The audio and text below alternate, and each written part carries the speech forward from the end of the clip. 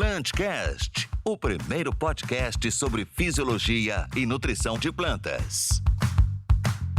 Olá pessoal, tudo bem com vocês? Estamos começando aqui mais um Plantcast, o primeiro podcast sobre fisiologia e nutrição de plantas da ICL.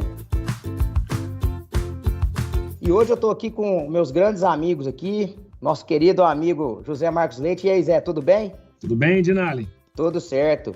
E também estamos aqui com o coordenador de desenvolvimento de mercado do Sudoeste de Minas Gerais, querido conterrâneo de UFLA. E aí, Davidson, como é que tá as coisas? Tudo certo? Tudo certo, Dinali, tudo certo, Zé. Vamos aí que esse podcast vai ser show, hein?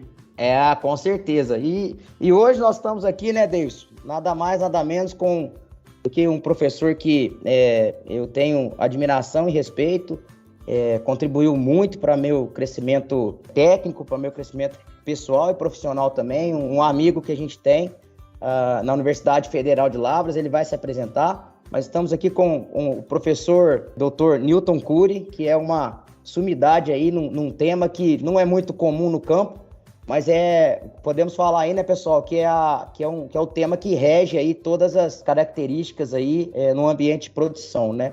Então, professor, muito obrigado aí pela sua disponibilidade em participar conosco. E eu gostaria, professor, se o senhor pudesse se apresentar, falar um pouco, resumidamente, aí da sua formação profissional e da sua carreira profissional também até o momento. Muito obrigado, Dinari, agradeço as suas palavras e agradeço muito o convite de vossa empresa aí, uma empresa de alta respeitabilidade, moderna, etc.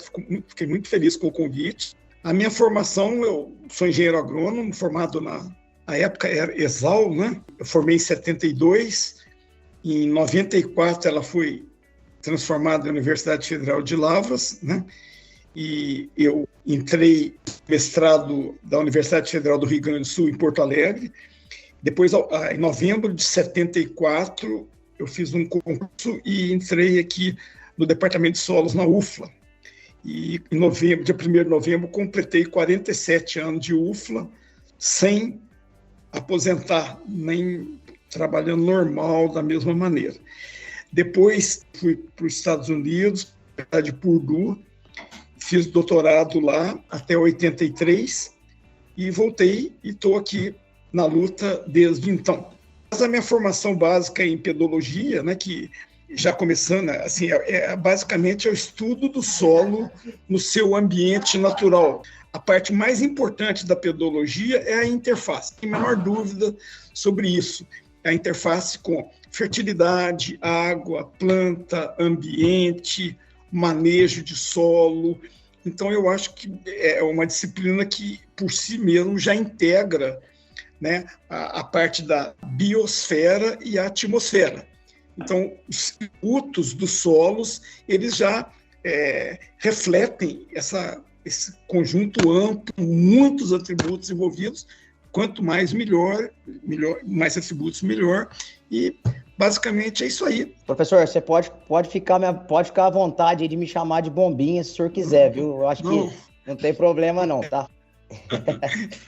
Gente, igual eu falei, né, professor? Gente feia e pequena, o que mais tem é apelido, né? Então o senhor pode ficar à vontade aí. Professor, e o seguinte, eu acho que é bacana o senhor, eu acho que a formação do senhor, acho que aqui, se a gente fosse contar aí a contribuição do senhor para a ciência do solo, de maneira geral, a gente ia ficar aqui falando bastante tempo, né?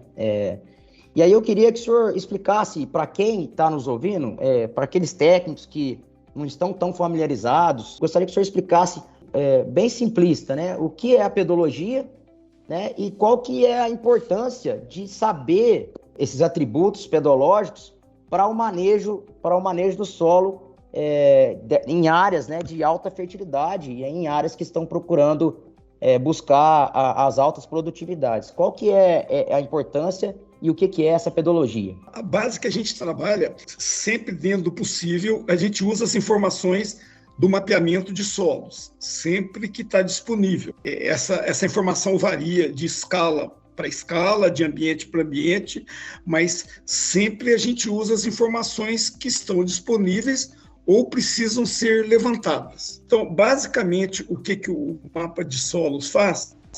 Separa os diferentes ambientes. Basicamente é isso, os diferentes, no caso, ambientes produtivos diferentes. Então, essa é a primeira coisa.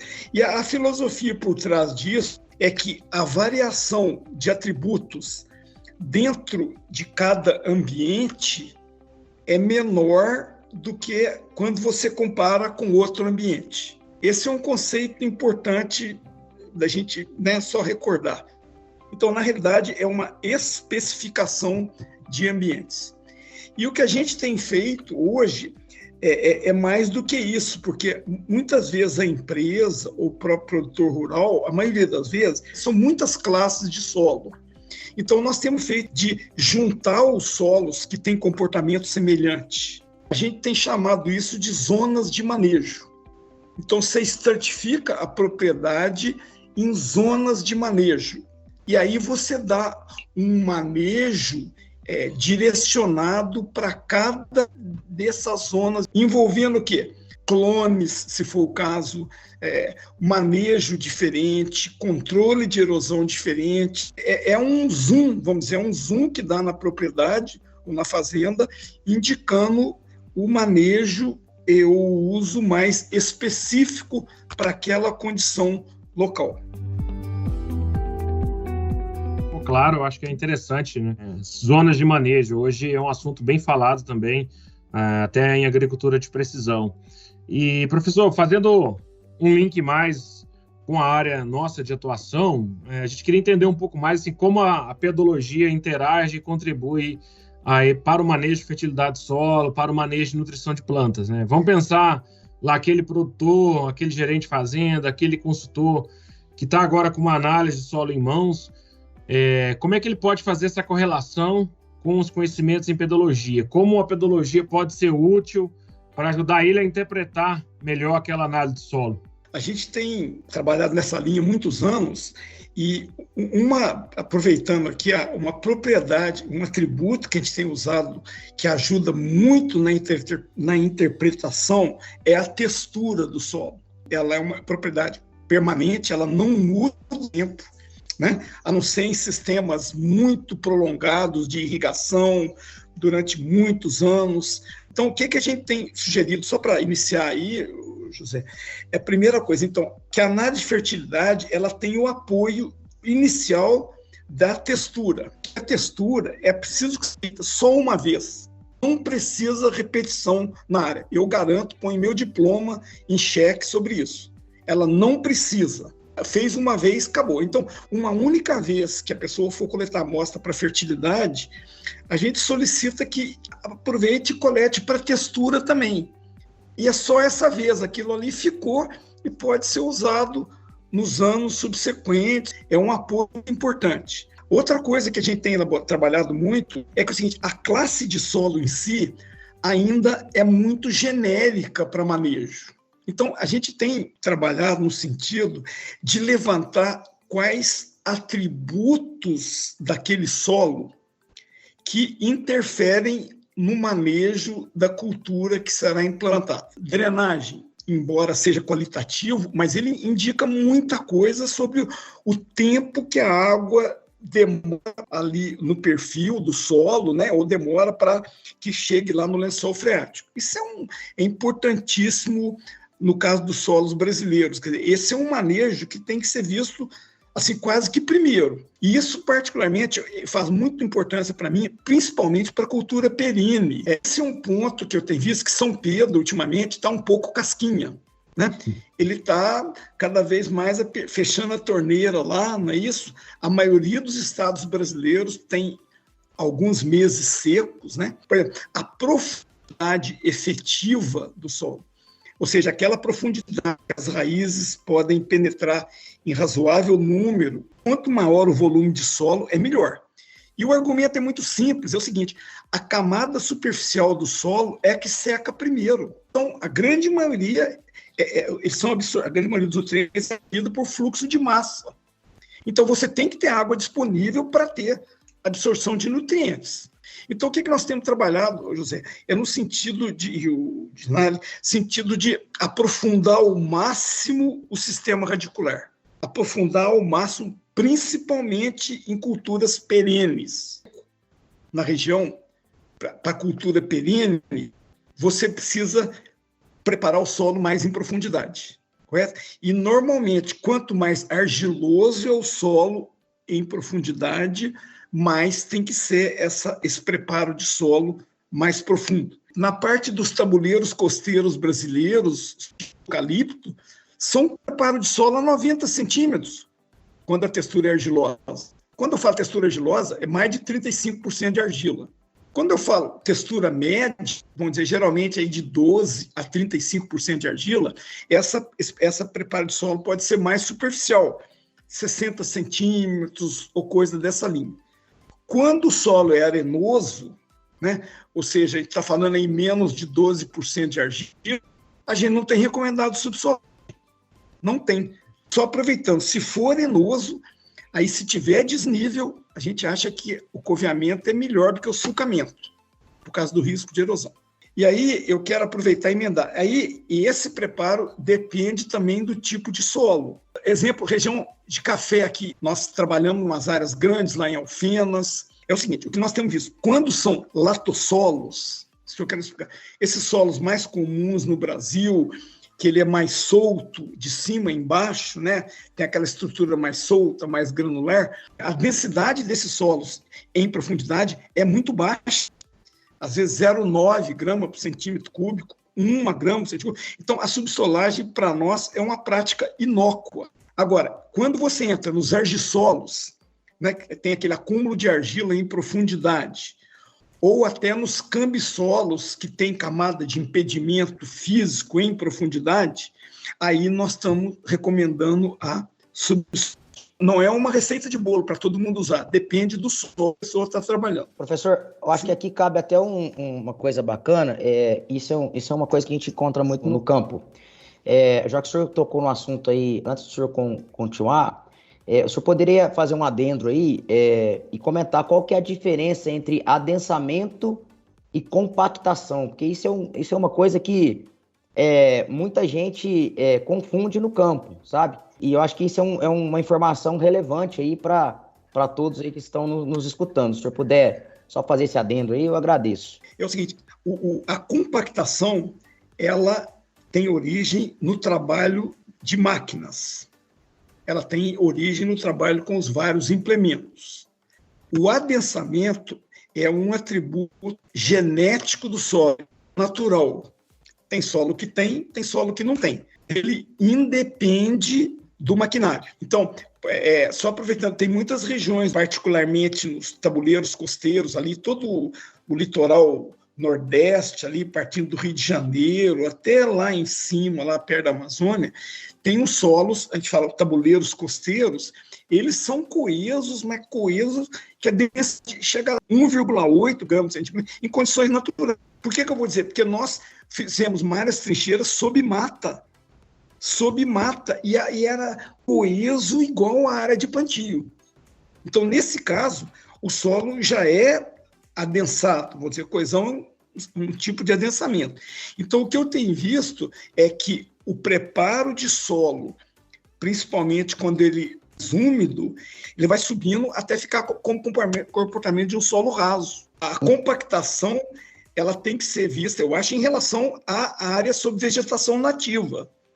Seja o cerrado nativo, a floresta nativa, ou a caatinga nativa, sei lá. E aí, para você avaliar a compactação, você tem que saber como era originalmente. Aí você vê a evolução do processo. Então, aí voltando, essas áreas, por exemplo, que não precisa subsolar, exemplo, antigas areias cortisosas, hoje chamadas neossolos, que é um nome bonito para um fenômeno antigo, não é a mesma coisa, areia cortisosa, neossolo porcelaina, ou os latossolos, o que vai ter de vantagem de subsolar? A vantagem, entre aspas, você vai gastar mais, você pode quebrar implemento e pode compactar uma coisa que originalmente compactada. Então, eu vou tentar ser mais prático um pouco, é o seguinte, a compactação, de modo geral, nos solos brasileiros, é 0 a 30, 0 a 40, Tem visto algumas áreas até 0,50, até 50 centímetros eu tenho visto. Mas o comum é 40, 30 centímetros. E o adensamento que nós estamos falando é geralmente abaixo de 40 centímetros. Bom demais, professor. Excelente. Professor, eu queria pegar um gancho com relação a essa parte de zonas de manejo que o senhor citou, e dentro dessa sua experiência de fazer essa parte de mapeamento e a partir daí fazer a interpretação e entregar para o produtor, para a empresa, ou até mesmo dentro da academia, uma interpretação com um indicativo de manejo. O senhor tinha comentado que às vezes o senhor até junta dentro dessas zonas de manejo algumas classes de solo. O senhor poderia dar alguns exemplos para o pessoal que está nos ouvindo de classes de solo que, em alguns casos, o senhor conseguiu juntar e criar zonas de manejo? Eu acho que é interessante para quem está nos ouvindo. Essas zonas de manejo, ela depende muito da capacidade da empresa de absorver essas zonas de manejo. Qual seria um número bom de unidades de manejo, de zonas de manejo? Aí, nesse caso, a gente procura incorporar, basicamente, a classe de solo, certo? Porque a classe de solo, a gente costuma dizer que é o menor resumo de tudo que a gente sabe sobre o solo. É o menor resumo. Aí a textura é importante, teor de matéria orgânica é importante, a fertilidade é importante, certo?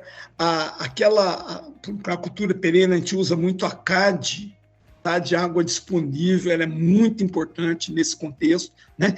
E se tem algum impedimento, se tem problema de drenagem ou não, entendeu? Se tem problema de... É uma interpretação bem global, viu, David? Mais abrangente do que solo. É solo, clima, relevo, geologia, é uma interpretação conjunta de tudo que a gente sabe. Então, trabalha mais na linha de características e propriedades do solo, linkado também com relevo, com ambiente, do que exatamente com a classe de solo. Exatamente. Ela é muito mais abrangente do que a classe de solo. Então, é muito específico, entendeu? Eu acho que isso é o que está precisando ser feito.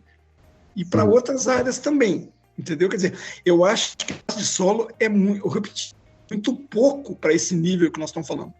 Nós precisamos da classe de solo, dos atributos que interferem para o manejo de determinada cultura e que se faça a junção dessas homogêneas, vamos dizer, para direcionar o manejo ou do produtor ou da empresa. Eu acho que isso está precisando com muita premência, muita urgência, se é o termo assim que eu queria dizer. Nós temos regiões, por exemplo, em Mato Grosso do Sul, que estão há 4, 5 anos com precipitação média anual uns 30%, 40% abaixo da média histórica.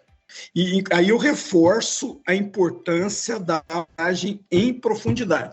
Aí que eu queria falar para vocês. O que nós estamos recomendando hoje? Em todas as áreas, recomendação, e vocês filtrem aí, né? Amostra de 0 a 20, 40 a 70 e 100 a 120. Então, são 3 amostras, 0 a 20, 40, 70 e 100 a 120. Mas vai dar muito trabalho. Não dá trabalho, né? É 15 minutos. A gente desenvolveu aí com outros parceiros, né, brasileiros aí, na entrelinha, você faz uma pequena trincheira, mais ou menos assim, de 50 centímetros, pura por 50 de comprimento e 50 de profundidade. 50, isso o chapa faz rapidinho isso aí. E a gente já coleta o 0 a 20 ali, e no meio desse buraco, entrado em média 1 metro e 10, ele vai rapidinho até 1,50 m. Porque você já tem 40, 50 centímetros ali, mais o trado vai dar 1,5 m. Né? Então, coleta no início do nadar já é 40, 70 e mais embaixo 100 a 120. Isso é importância capital para a CAD, capacidade de água disponível. É fundamental e isso reflete no IMA, que é o incremento médio anual de madeira. Professor, uma dúvida aí, você falou de 0 a 20, 40, 70 e 100 a 120. Desculpa. Por que tem esse intervalo? Perfeito. De 20 a 40? Perfeito.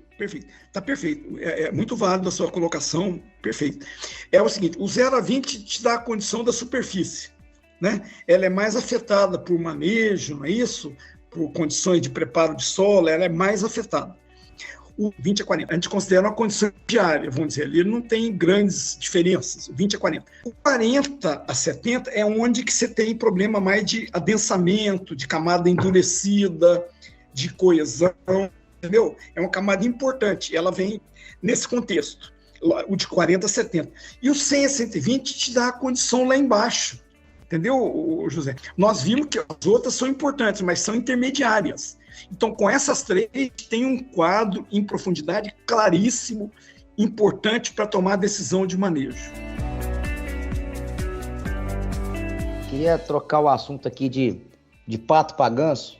Uhum. E essa aí eu vou ver se eu coloco o senhor um pouquinho na fogueira aí, que é um tema muito complicado e eu acho que acho que não tem ninguém melhor do que os pedólogos aí, os estudiosos, assim como o senhor, para estar falando com muita convicção, né, e com muito estudo, né, porque são vocês quem estudam aí a química e a mineralogia do solo a fundo, né, e é onde acontece todos os fenômenos aí de adsorções, de trocas de carga, né, trocas de cátion, os complexos aí sortivos, enfim, né, fração coloidal e dentre outros.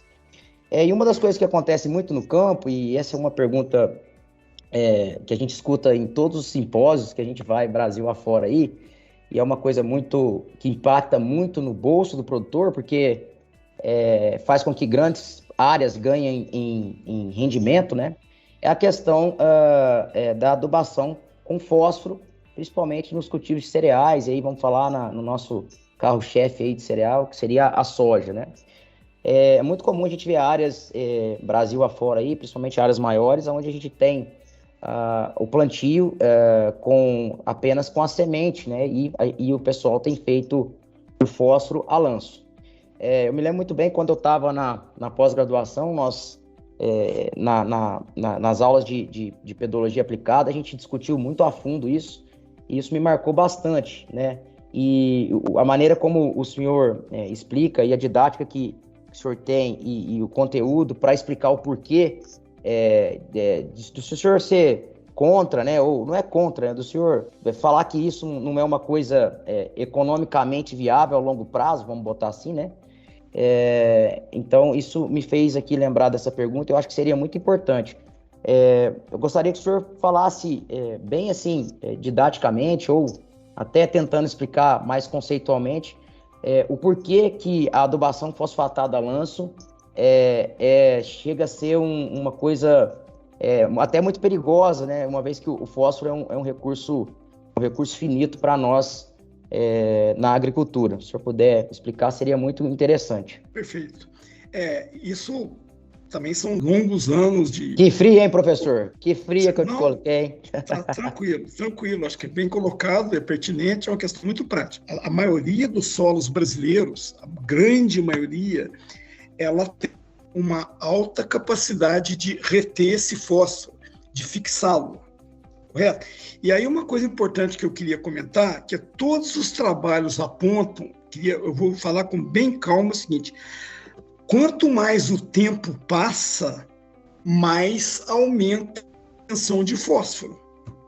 Todos os trabalhos conduzem para aí. Casa de vegetação, em campo, aumentou o tempo de contato da partícula com o solo, aumenta a indisponibilidade desse fósforo. Ele fica cada vez menos disponível. E esse é um ponto muito forte, eu acho, para responder essa sua pergunta. Então, o que a gente tem visto? Eu acompanhei experimentos em regiões que têm baixa fixação de fósforo, presta bem atenção. Baixa fixação, primeiro, eu vou falar na baixa fixação, nessas áreas que eu falei dos tabuleiros costeiros aí, nessa área, que mesmo nessas áreas, com o pessoal da fertilidade fortíssimo lá, trabalhando, a colocação do fósforo localizada produzia muito mais do que a lanço. Repetindo, os que têm baixa capacidade de fixação de fosfato. Então, isso me chamou muita atenção. Quer dizer, mesmo nesse caso, a adubação localizada é mais eficiente em termos de custo, lógico, e em produtividade. Quando você chega aqui, por exemplo, no Cerrado, Aí isso fica muito mais gritante, isso fica maximizado. Por quê? Esse solo norte do cerrado, a maioria fixa muito fósforo. E vendo que essa fixação aumenta com o tempo, eu acho difícil ter uma justificativa plausível e prática para fazer adubação a lanço. Você vai aumentar a contato da partícula com o solo. Então você vai aumentar tremendamente o potencial de fixação de fosfato. Correto? Aí, nesse caso, é quase que obrigatório fazer adubação localizada, adubação de fósforo localizada. Você diminui o contato do fosfato com a partícula do solo, diminui a fixação. Correto? Então, o argumento forte é o seguinte, bom, se o solo fixa mais ou menos fosfato, principalmente onde fixa mais, que é o cerrado. Então, a adubação localizada ela vai ser mais efetiva. Talvez na época do milagre brasileiro aí, que fosfatagem corretiva, fosfatagem a lanço, meu Deus do céu, eu acho, assim, eu vou falar o que eu estou pensando para isso, eu acho que isso é tremendamente utópico, não é real. Coitado do produtor, gente, coitado do produtor que vai fazer isso. E, por exemplo, essa fixação de... O que eles falam geralmente? Eu não sou de fertilidade, mas que acompanho o pessoal um pouco. O que você coloca numa área que tem alta fixação, você tem uma absorção. A planta vai absorver pouco naquele início. Agora, se você joga lanço, vai absorver pouquíssimo. E sabe quando vai voltar? Esse fósforo vai ser reliberado só no sonho mesmo, no sonho, de noite, lá de madrugada, aí vai voltar fósforo pra caramba.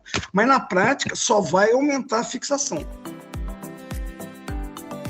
Muito bom, professor, excelente. Professor, eu queria pegar um adendo ainda para a gente, meio que, a gente conversou um pouquinho, né, e eu achei interessante uma colocação que o senhor colocou numa conversa que nós tivemos, eu acho que é interessante colocar aqui para os nossos ouvintes, é a questão da estratificação da areia, para a gente fazer interpretação de zonas de manejo também, principalmente relacionado a manejo de adubação. Já que a gente está falando um pouco aqui dessa inter-relação de pedologia, física e fertilidade, se o senhor puder falar um pouquinho dessa sua experiência, eu acho que é válido para o nosso público. Ótimo, bem lembrado. Hoje, a gente tem recomendado muito firmemente que, ao encaminhar a textura para o laboratório, pedir para areia grossa de areia fina. Isso é rotina isso no laboratório. Em vez de dar areia total, eles separam areia grossa e fina. No princípio, alguém fala, mas é tudo areia, é inerte. Não, não é verdade. Não é verdade. Por que não é verdade? A areia fina, ela tamanho muito próximo do silt. Então, ela vai ter um comportamento mais reativo do que a grossa, só por uma questão de tamanho e superfície específica. E aí, o que nós temos visto? Por exemplo, eu vou falar da minha experiência, né? Eu tenho visto muita gente no Brasil, muitas empresas, por um problema de preço da terra, comprando áreas bastante arenosas hoje. Rio Grande do Sul, Mato Grosso do Sul, outras regiões aí, comprando área por questão de preço. Então, o que acontece? Os mapas geológicos são muito genéricos. Os disponíveis do Brasil, a maioria dos mapas geológicos é bem mais genérica do que os mapas de pedologia, os mapas de solos. Ou seja, vamos lá tentar falar. Se eu tenho mais areia grossa, eu vou ter a tendência de ter mais déficit hídrico do que quando eu tenho mais areia fina. Impõe aí uma própria necessidade de maior parcelamento de adubação com N e com K, não é isso? Isso é uma coisa. Bom, quando eu tenho mais areia fina, mesmo que se tenha profundidade, e aí eu vou fazer um testemunho aqui, ele é meio forte que eu vou falar para vocês, eu vou fazer um testemunho bem forte. O que eu tenho visto na quase totalidade dos solos brasileiros, eu estou falando experiência minha, não estou citando ninguém, o teor de argila e o teor de areia fina tendem a aumentar em profundidade. Isso eu tenho visto em várias regiões. É claro que, por exemplo, se eu tenho um argissolo, o teor de argila vai aumentar com muito mais intensidade do que um latossolo, um cambissolo, que é a natureza dele. Mas mesmo nos solos que não têm, por definição, esse aumento de argila, tem ocorrimento em profundidade. E a areia fina também tem ocorrido. Então, essa pergunta que você falou vale principalmente para áreas de solos textura média e ou arenosos. No argiloso não é tão problemático, mas mesmo no argiloso ainda tem algumas implicações. A gente tem visto que quanto maior a areia fina, mesmo nos solos argilosos, o solo encrosta muito mais fácil, encrosta. Então, se o solo está encrostado, nós temos visto que a infiltração de água ela diminui a níveis substanciais. Sem contar que a emergência de sementes também é prejudicada, né, professor? Porque dá dá aquele selamento, não é isso? Perfeito, vai dificultar a emergência de plântula e tudo. Então, na realidade, que hoje essa separação de areia grossa e areia fina é quase mandatória, principalmente nos solos de textura média e arenosa, mas também tem sua importância em áreas de solo de textura argilosa. Professor, dentro de tudo que a gente conversou aqui até agora, com certeza nossos ouvintes podem ter ficado com, às vezes, alguma dúvida, querem aprofundar, às vezes, um pouco mais no tema, e eu sei que o senhor tem aí uma biblioteca gigantesca de livros que o senhor escreveu junto com outros colegas.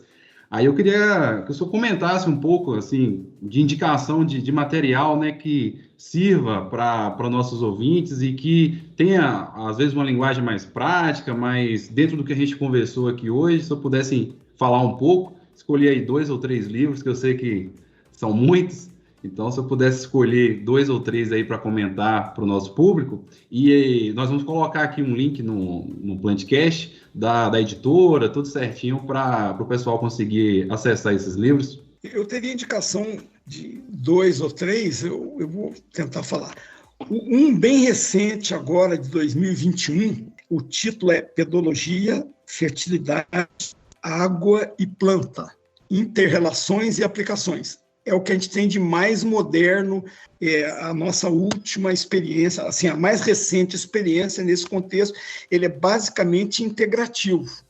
A grande força que eu vejo é essa integração. Tem um outro que lançado em 2015, ele chama-se Guia Prático para a Classificação de Solos Brasileiros. Na realidade, é o sistema brasileiro empalavreado, digerível para o usuário, para o não especialista, para o estudante. Ele é muito enriquecido, fotos coloridas, fotos muito bem tiradas por um colega nosso, e eu recomendaria, o palavreado fácil, ele é fino, assim, não dá dor de cabeça, e as fotos ajudam muito a referenciar com o que está sendo feito. E um último, se vocês me permitem, é um da parte básica de pedologia, mas ele é muito ligado à interpretação. A parte forte dele é a interpretação dos dados no Brasil todo. Ele é um livro de escopo de Brasil, separado nas várias regiões fisiográficas. E eu quero aproveitar que eu estou falando pelos autores, de modo geral, não estou me colocando nada diferente deles, mas foi um livro que a gente escreveu de fora para dentro.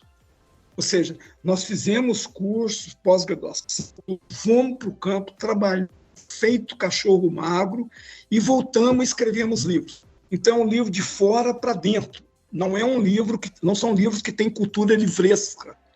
O que está ali é a nossa experiência em condições tropicais. Então, é nesse sentido que eu recomendaria esses 3 aí, que você me deu a oportunidade, viu?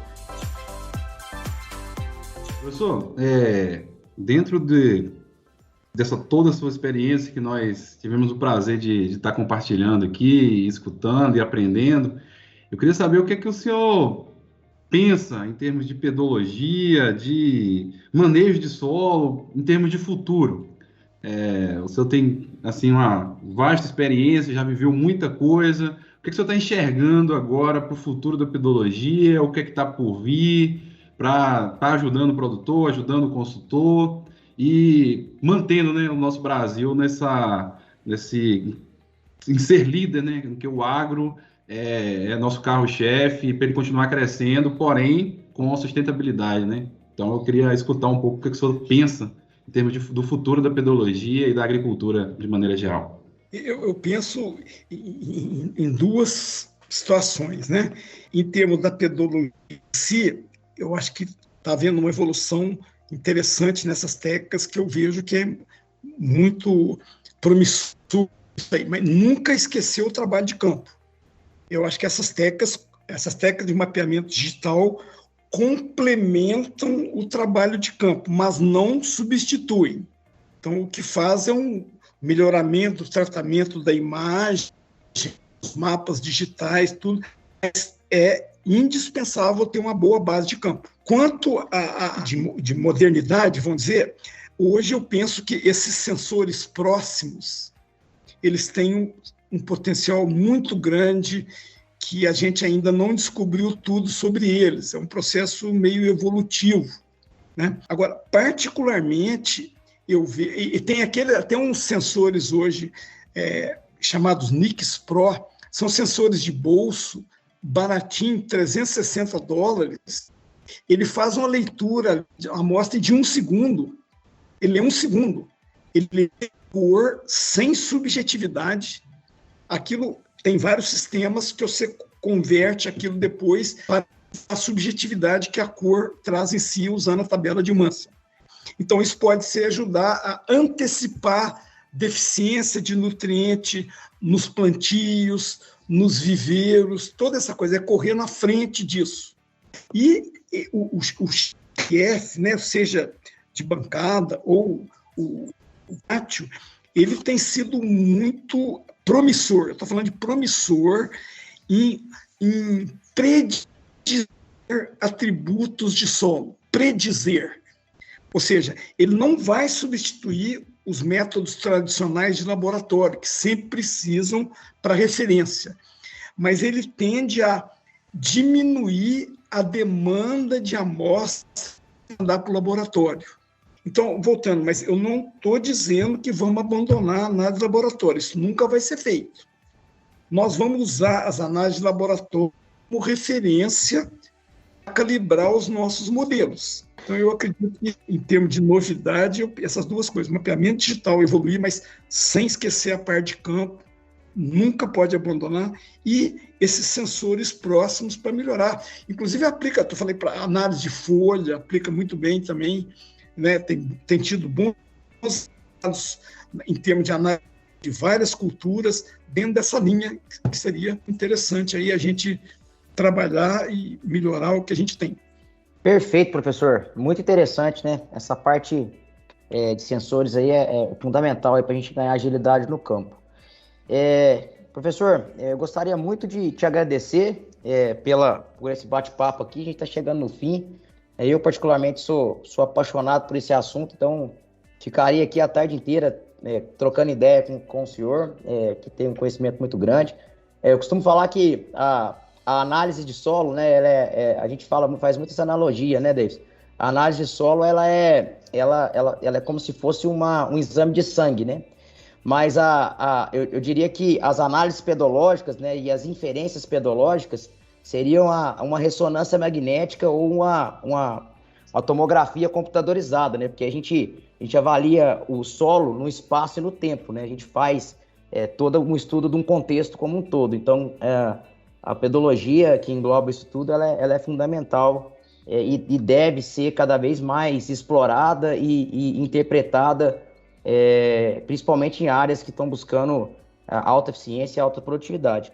Professor, eu gostaria muito de agradecer e gostaria que o senhor deixasse uma palavra final aí para a gente. Eu gostei muito, acho que a gente tem muita coisa para fazer ainda, muita coisa para aprender, e o caso é que nós temos que sempre tentar atualizar, aprofundar, inovar, né? Esse é o caminho. E eu agradeço muito a oportunidade, vocês foram 2 dos melhores alunos que a gente teve ao longo do tempo aí, e sou muito feliz de ter sido professor de vocês, e hoje sou colega e amigo, e foi muito legal, uma experiência muito renovada.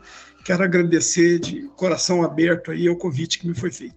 Professor, nós que agradecemos. Um grande professor uma vez me disse que conhecimento tem que ser sedimentado, né? E eu acredito muito nisso e levo muito isso comigo para frente. Bom, pessoal, muito obrigado a todos e até um próximo episódio. Grande abraço a todos. O Plantcast é uma produção da ICL, Impacto para um Futuro Sustentável.